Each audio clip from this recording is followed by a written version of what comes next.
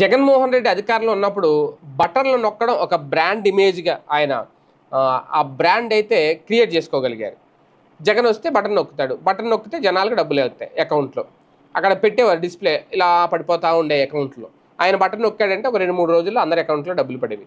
Buttons నొక్కడమే ఆయన పని, buttons నొక్కుతూ ఉండేవారు.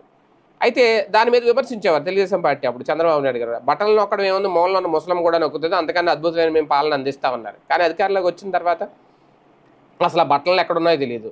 ఆ బటన్లు నొక్కడానికే భయపడుతున్నారా చంద్రబాబు నాయుడు గారు అన్నట్టుగా ఉంది. బటన్ నొక్కమంటే చెప్తారు, పలానా తేదీని మే నెలలో మీకు అన్నదాత సుఖీభావ వచ్చేస్తుంది, తల్లికి వందనం వచ్చేస్తుంది. నొక్కే సమయానికి ఒకేసారి నొక్కను, సగం ఒకసారి నొక్కుతానని చెప్తున్నారు. అంటే ఆ బటన్ కూడా కంప్లీట్గా ప్రెస్ చేయలేకపోతున్నాడు ఆయన. అంటే ఒక 7,000 ఒకసారి, 7,500 ఒకసారి, 7,500 ఒకసారి, 2 విడతలుగా. అంటే ఒకేసారి బటన్ నొక్కేస్తే మొత్తం డబ్బులన్నీ పడిపోతాయి. అక్కడ అకౌంట్లో లేవు, ఖజానా ఖాళీ అయిపోయింది, వేయలేము, భారం. ఇది చెబుతున్నమాట. అంటే ఎందుకు బటన్లు నొక్కలేకపోతున్నారు, గతంలో లాగా బటన్లు నొక్కి ఎందుకు ప్రోత్సహించలేకపోతున్నారు జనాన్ని, ఇప్పుడు ఇదే చర్చ.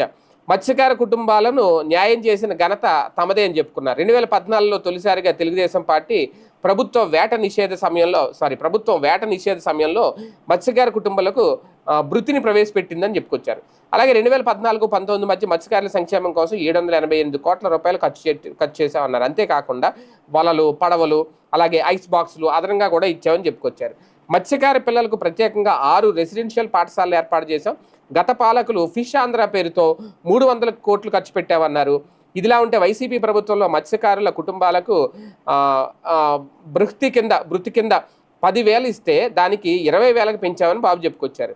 ఇలా ఒక్కసారిగా రెట్టింపు చేసిన క్రెడిట్ కూటమి ప్రభుత్వానిది అంటూ చంద్రబాబు గారు అన్నారు. మరోవైపు చూస్తే బటన్ నొక్కుతూ 4 గోడల మధ్య జగన్ గడిపారు. తాను మాత్రం ప్రజల కోసం పనిచేస్తూ, అలాగే వారి పథకాలను వారి వద్దకే ఇస్తూ ప్రజాపాలన సాగిస్తున్నాము అనేది బాబు గారు గట్టిగా చెబుతున్నారు.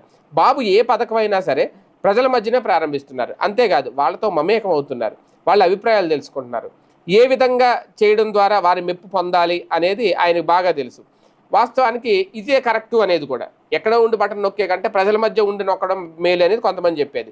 అయితే ప్రజల వద్దకు వచ్చి వారికి పథకాలను అందించడం ద్వారా కూటమి ప్రభుత్వం గ్రాఫ్ కూడా పెరుగుతుంది అనేది బాబు ఆలోచన. ఈ విధంగా చేయలేకపోవడం వల్లే ప్రభుత్వం ప్రజలకు దూరం అయింది అనేది వైసీపీ అప్పట్లో దూరం అయింది అనేది. ఏదేమైనా ఇప్పుడు అనుభవం ప్లస్ వ్యూహాలు రెండూ కూడా బాబే, అందులో నో డౌట్. కానీ బాబుకు బటన్ నొక్కడం వచ్చు, అంతకంటే ఎక్కువగా ప్రజలతో కనెక్ట్ అవ్వడం బాగా వచ్చు. మరి వైసీపీ ఈ రాజకీయ పాఠాలను సూత్రాలను తెలుసుకుందా అంటే అప్పుడు నొక్కారు బటన్లో, జగన్ గారు కూడా నొక్కారు. కాకపోతే అవి పెద్దగా ప్రజల్లోకి వెళ్ళినాయి.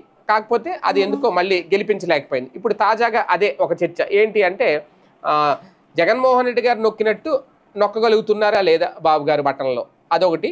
అలాగే ఇప్పుడున్న పరిస్థితుల్లో అంటే ఈ విడతల వారీగా అమ్మఒడి లేదంటే తల్లికి వందన ఇస్తామని చెప్పడం, అన్నదాత సుఖీబాబు మీద కూడా ఇంకా క్లారిటీ లేకపోవడం, పూర్తి స్థాయిలో అయితే బటన్లు నొక్కలేకపోతున్నారు. మాటలు అయితే మాత్రం గట్టిగా చెప్తున్నారు, ప్రజల్లో మైలేజ్ తెచ్చుకోగలుగుతున్నారు, క్రేజ్ సంపాదించుకోగలుగుతున్నారు అనేది.